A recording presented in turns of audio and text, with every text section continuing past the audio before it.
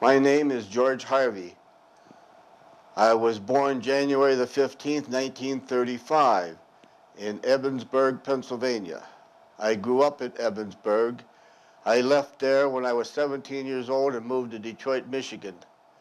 I entered the service when I was 17. I enlisted in the U.S. Army February 1st, 1952. From there, I went to Camp Recuperated, Kentucky, the 101st Airborne, where I spent 16 weeks of infantry basic. After graduating from basic, I was shipped to Germany. I was part of the 2nd Armored Division at Mainz, Germany. At that time, there was a deal came through that you could volunteer for the Far East, which I did, and I was shipped back to the United States, and I was shipped to Fort Lawton, Washington, and from Fort Lawton, I went by ship to Japan, and I arrived in Korea in December of 1952. I went from Busan by railroad up to near wherever the 7th Division was. I ended up in the replacement company of the 7th Infantry Division, and from there I was assigned to George Company. At that time, I believe they were in the Chorwan Valley. I was part of the George Company, the 17th Infantry Regiment, 7th Infantry Division. I went up to where the division, the 17th was. I believe at that time they were in the Chorwan Valley. I was with them from then until March when I was out on a patrol. We went out on a patrol to bring back Easy Company, and I got wounded on that patrol for the first time. I was a BAR man. I was in George Company, 1st Platoon.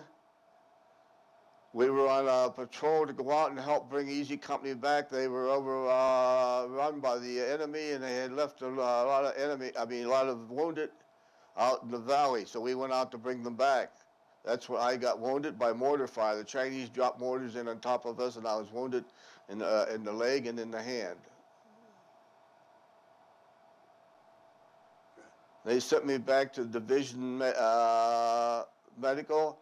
They fixed me up. From there, I was sent back to George Company, and at that time, we were out on a listening in a blocking area behind the main line of resistance. The morning of the 17th of April, pork chop blew wide open. We were loaded on the deuce and a halfs, and it was still dark out. It wasn't even light yet. They drove us up to the assembly area. We heard the mortar fire come in because one of our men got wounded before we left the area. A round came in and went right through one of the tents. He was wounded and laid in his bunk before we left to go to the assembly area. And then they loaded us on the deuce and a half, drove us to where I don't have no idea. It was pitch black out. They unloaded us for deuce and a halves. We stood around for it seemed like a half hour or so. They loaded us back on the deuce and a halves. Then they took us up the road further, and they dropped us out of the deuce and a halves. We stood around there. They loaded us up with our ammunition and grenades. And our orders at that time was to fix bayonets, that we were going to counterattack pork chop. And that's what we did. We left the assembly area, across a small stream I can remember, and we were about maybe 100 yards up this here, like a road going up pork chop, when the enemy dropped in mortar rounds on top of us and completely almost obliterated us. I got wounded in the back, the chest. In fact, I was wounded twice that day. The same time, I got wounded in the chest to start with, and then the next round came in and got me in the back and my legs out there. That was my tour out there. I was carried off the hill by medics to a forward aid station. And from there, I remember they shipped me to a Swedish hospital.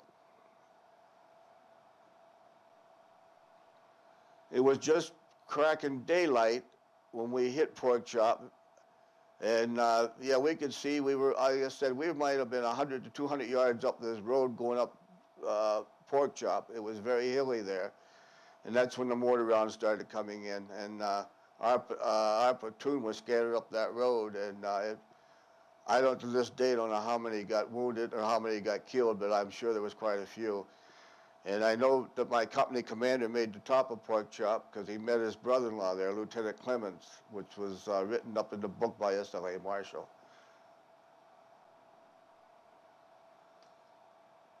My company commander at Pork Chop was Walter Russell.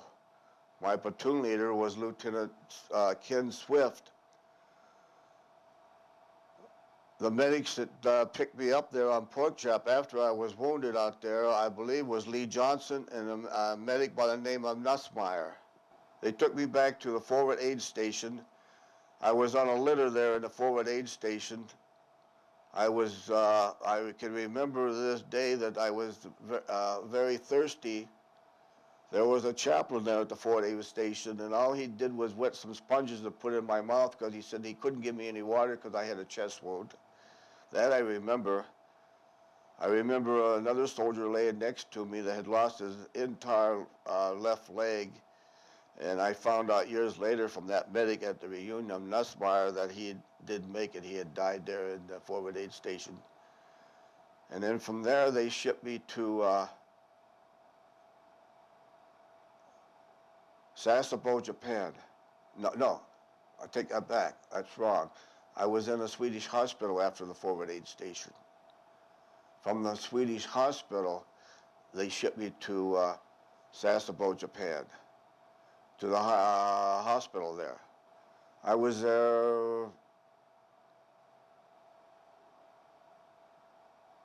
maybe a month or two.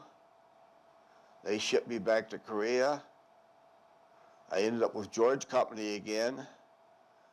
And while I was there in George Company out there, they found out that I had shrapnel in me yet in my chest, and they were worried about it.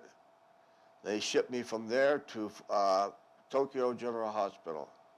It was in May. I was shipped back to George Company. I was there a very short time, and I was complaining about I was having problems with my chest. They sent me to the division medics. They x-rayed it and found out I had shrapnel in my chest cavity. They shipped me to Tokyo General Hospital. And that was in, I would say, maybe May. And I spent from May until October that year at Tokyo General. I had numerous operations done on my back, my chest, to remove shrapnel. I received 2 Purple Hearts from my wounds in Korea. At Tokyo General, I left there. I was flown back to the United States, to the Air Force base there near San Francisco. From there, they shipped me to Scott Air Force Base, Illinois. From there, I was bused to Fort Campbell, Kentucky, to the hospital. After Fort Campbell, they had put me back. My wounds had all healed. They put me back to duty. I was shipped to Fort Benning, Georgia. I spent the last 14 months of my Army at Fort Benning, Georgia.